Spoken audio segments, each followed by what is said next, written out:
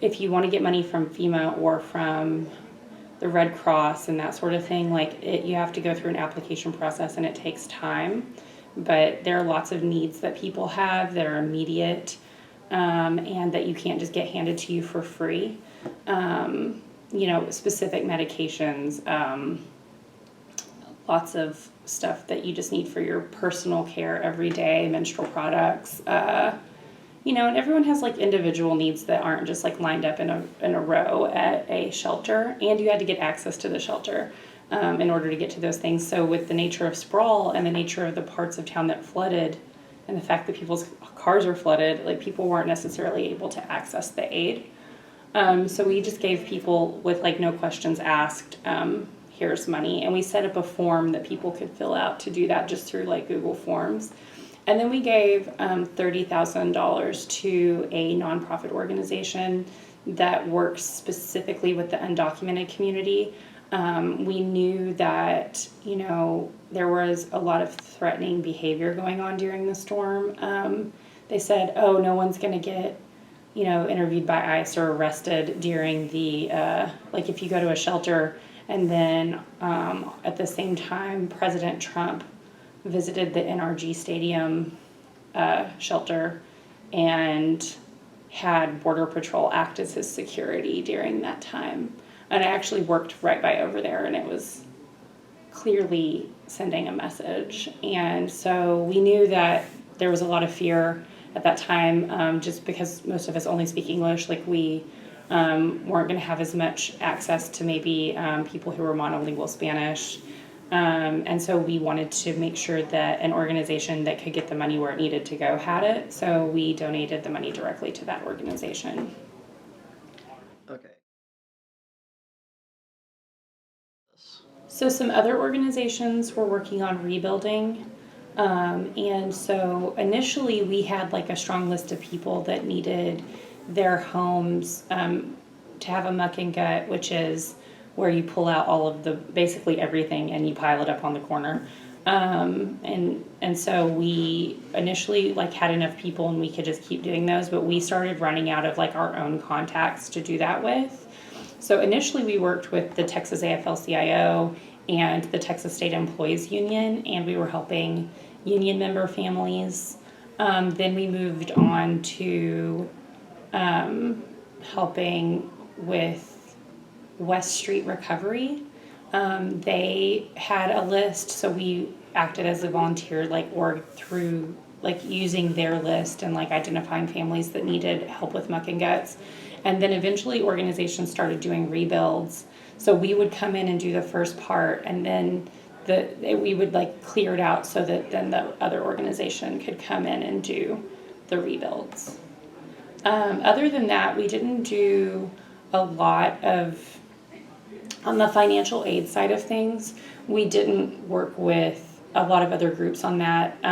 We had our own list, because through social media, people shared it, and so we ended up with more people than we could actually help financially, just on that list alone. But we did have people, other groups sharing it, for example, the Texas State Employees Union, definitely. I was working there, so we shared it for sure, and we were able to help state workers who had been affected very immediately, because the AFL-CIO and the Communication Workers of America had a fund, but it was an application process.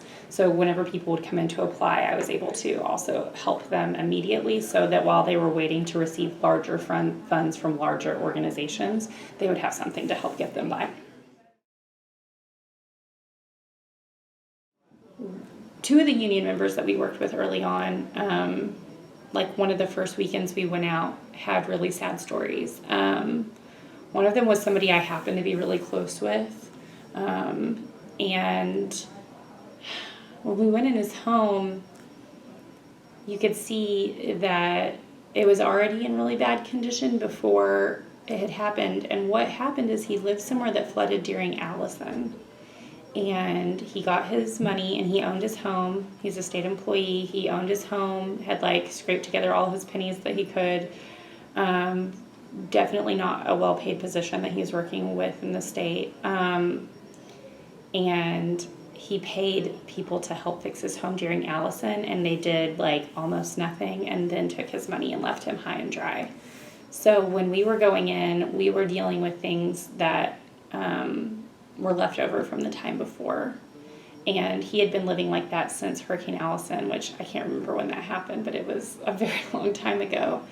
And that's because there are people who come in and do a lot of, I mean, it's disaster capitalism to a certain extent, but it's also just like people who see these federal funds that are going to happen and see an opportunity to take advantage of people who are powerless in our communities. And so that had happened to him, and it was really heartbreaking to see that my friend had been like kind of living in these conditions for a while. So we got his home as livable as we possibly could, but also arranged, like talked with him about that he could go stay with family while he figured out what to do about his home. So that happened. And then we were also working with literally his next door neighbor, who also happened to be a state employee.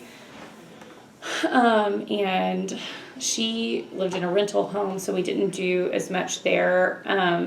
But we were helping her move all her stuff out and go through and figure out what she could save and that kind of thing. And she had, it's something that you see a lot in working class families that I think people don't realize, where you have like 3 or 4 generations living in the same home. So it was like her and like her brothers and her mother, I think, like all lived in this rent home. And she had been living in Houston for some time, but her brother, who had, I think, lung cancer and could barely breathe anyway, and had been staying in this mold-filled house for like 2 weeks, had moved to Houston because when Hurricane Katrina happened, they literally just put people on a bus and took them where they took them. So he went through Hurricane Katrina, lost everything, got taken on a bus, literally just told, okay, here's your stop, get off here, had nothing, didn't even really understand exactly where he was, I think, in the moment. And so he's telling me about how he had been through that, about how horrible it had been at the shelter, and that he would not go to a shelter. He would rather stay in the mold-filled home that he couldn't breathe in than go to one of the shelters, because he had been so traumatized by what had happened in Katrina. So you had people who were in utter crisis in a very traumatic event. They were also reliving trauma, and there was still almost nothing available to help them. And so it was really, really, really heartbreaking.